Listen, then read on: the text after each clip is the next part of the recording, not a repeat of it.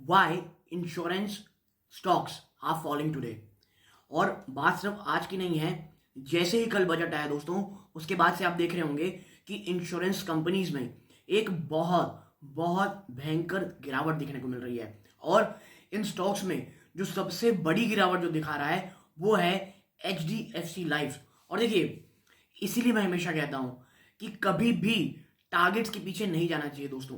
कोई भी, चाहे डोमेस्टिक हो चाहे फॉरेन हो, कोई भी जब कह सकते हैं टारगेट दिया करता है तो उसकी बजाय उसके रैशनल में पकड़ना चाहिए कि आखिर उसके पीछे का वो कारण क्या बता रहा है। ऐसा मैं क्यों बोल रहा हूं, वीडियो के जब सेकंड पार्ट में आऊंगा तब आपको समझाने की कोशिश करूंगा और आपको बताऊंगा कि कैसे एक स्टॉक कोई भी टारगेट देता है तो उससे हमें ना ही बहुत ज्यादा घबराना है अगर वो बहुत नीचे का टारगेट दे रहा है, और ना ही बहुत ज्यादा खुश हो जाना है जब वो बहुत ऊपर के टारगेट दे रहा है। ठीक है, लेकिन अभी यहां बात करूंगा कि आखिर ऐसा हो क्या गया है और क्या वाकई में ये इतना ज्यादा खराब है या सिर्फ एक न्यूज के कारण आपको ये बहुत शानदार मौका मिल रहा है इन्वेस्टमेंट का इन तमाम इंश्योरेंस कंपनीज पे।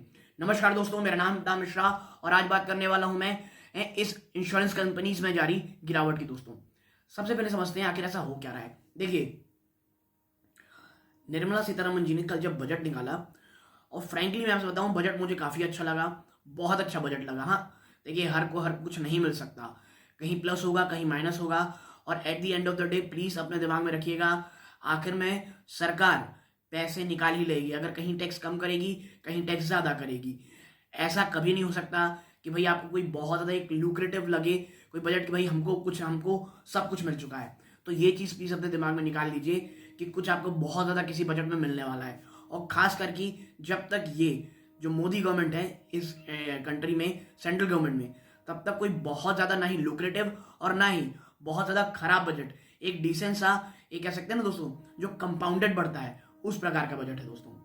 तो ऐसा क्या हो गया जब इतनी अच्छी बजट थी और उसके बाद अच्छी आपको तेजी भी देखने को मिल गई ये पूरे के पूरे बाजार में।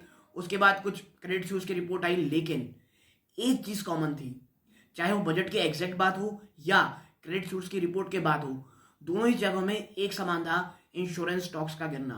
रीजन, निर्मला सीतारमन जी ने कहा है कि भाई 5 लाख से ऊपर के प्रीमियम में कोई भी अगर प्रीमियम पे करता है इंश्योरेंस के लिए तो उसे टैक्स पे करना पड़ेगा। ठीक है, ये पहले ऐसा नहीं था। ठीक है दोस्तों, प्लस जो नई टैक्स रिजीम है, और आपको बता दूं अब जो नई टैक्स रिजीम है दोस्तों वो डिफॉल्ट रहेगी। ठीक है, जो नई टैक्स रिजीम है अब से वो डिफॉल्ट रहेगी, यानी अगर आप कोई चूज नहीं करेंगे तो आप ऑलरेडी नई टैक्स रिजीम में आ जाएंगे। इसके तहत ATC में भी जो फायदे मिला करते थे वो हट चुके हैं। और इसके बाद शुरू होती है गिरावट।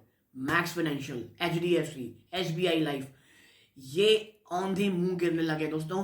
ICICI प्रूडेंशियल, ये तमाम स्टॉक्स एक बड़ी गिरावट दिखानी शुरू कर दी दोस्तों। ठीक है, इतना ही नहीं, मैं आपको बता दूं, ये गिरावट शुरू हुई और फिर निवेशकों के बीच में पैनिक की मचा, भाई कितना ही गिर जाएगा, और गिरावट थमी नहीं। और इस गिरावट में जो सबसे बड़ा शिकार हुआ वो था HDFC लाइफ। अब भाई ऐसा क्या हो गया HDFC लाइफ में, तो देखिए, HDFC लाइफ की अगर मैं आपको बताऊं, जो MD और CEO हैं, जिनका नाम मैं आपको बता दूं है विभा विभा विभा पाडलकर, उन्होंने कहा है, विभा जी ने कहा है कि भाई ये जो सरकार का कदम है ना, ये जो हमारी टॉप लाइन है उसे आप देखेंगे तो बहुत बुरी कदर कह लीजिए प्रभावित करेगा।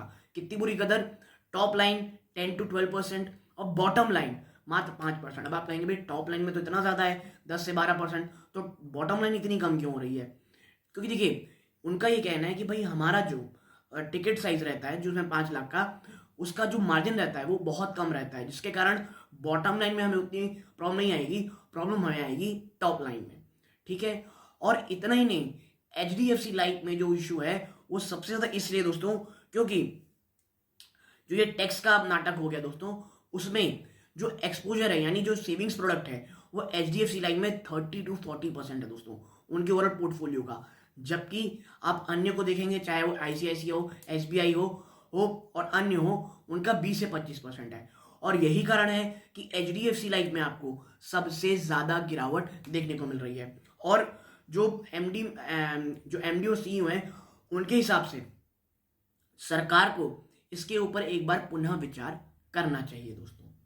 ठीक है, ताकि जो ये गिरावट है ये काफ़ी हद तक थम सके और जो इंश्योरेंस पेनिट्रेशन है वो और भी ज़्यादा हो, वरना वो एक हिंड्रेंस बन सकती है, जो कि मुझे बिल्कुल नहीं लगता दोस्तों। ठीक है। और भाई सरकार का कहना है कि भाई ये जो 5 लाख का प्रीमियम है तो बड़े लोग ही पे कर सकते हैं, तो वो टैक्स भी दे सकते होंगे। और इससे ज़्यादा अच्छी चीज़ मुझे लगती है दोस्तों कि जो इंश्योरेंस का बिजनेस हो गया है, वो लाइफ इंश्योरेंस जो आप बेचा जा रहा है उसकी जो स्कीम्स है या उसकी जो प्रोज हैं, जो उसके फायदे हैं, उसकी बजाय उसे बेचा एज अ सेविंग इंस्ट्रूमेंट की तरह जा रहा था, जबकि ऐसा बिल्कुल नहीं होना चाहिए। भाई इंश्योरेंस, लाइफ इंश्योरेंस जो है दोस्तों वो हर की होना बहुत ज़रूरी है। आपको लाइफ इंश्योरेंस इसलिए खरीदना चाहिए क्योंकि उसके फायदे हैं, ये कोई इन्वेस्टमेंट इंस्ट्रूमेंट नहीं है, ये आपको पता होना चाहिए।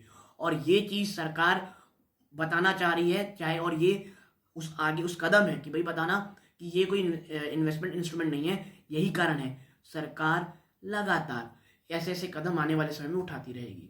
ठीक है। और देखिए जो मैंने पहले कहा था कि भाई साहब टारगेट पे नहीं जाना चाहिए, क्योंकि कुछ दिन पहले ही शेर खान का टारगेट आया है, 1-2 दिन पहले ही, जिसमें HDFC लाइफ को 720 रुपए का टारगेट दिया जा रहा था। और यदि अब आप स्क्रीन में देखेंगे जो अभी की रेटिंग है, आप देखें यहाँ पे CLSA reduces the target price for the stocks in the coverage on the sector by 25 to 35%। ठीक है।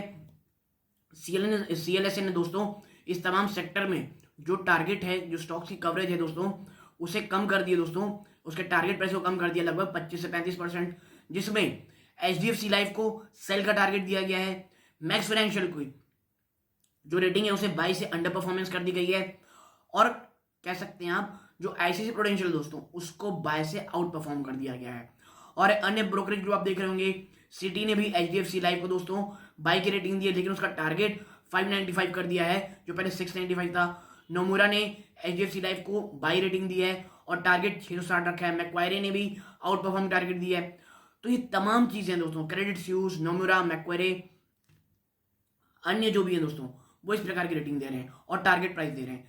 तो इससे आपको ये चीज समझ में आनी चाहिए भाई, ये जो असर है नेगेटिव न्यूज का, लेकिन मैं आपसे कहूंगा कि यही समय होता है दोस्तों ऐसी कंपनीज में निवेश करने का। ये कंपनीज में निवेश करने का यही समय होता है। और मैं हमेशा कहता हूं कोई भी न्यूज आए, चाहे वो सडन न्यूज के कारण हो, देखिए ये जो न्यूज आई ये सडन न्यूज है, कोई ऐसा कोई बहुत बड़ा ड्रास्टिक चेंज नहीं आया बिजनेस में जिसके कारण आपको इसमें निवेश का मौका मिल रहा है। तो मुझे लगता है आपको इन स्टॉक्स में निवेश की सोचनी चाहिए।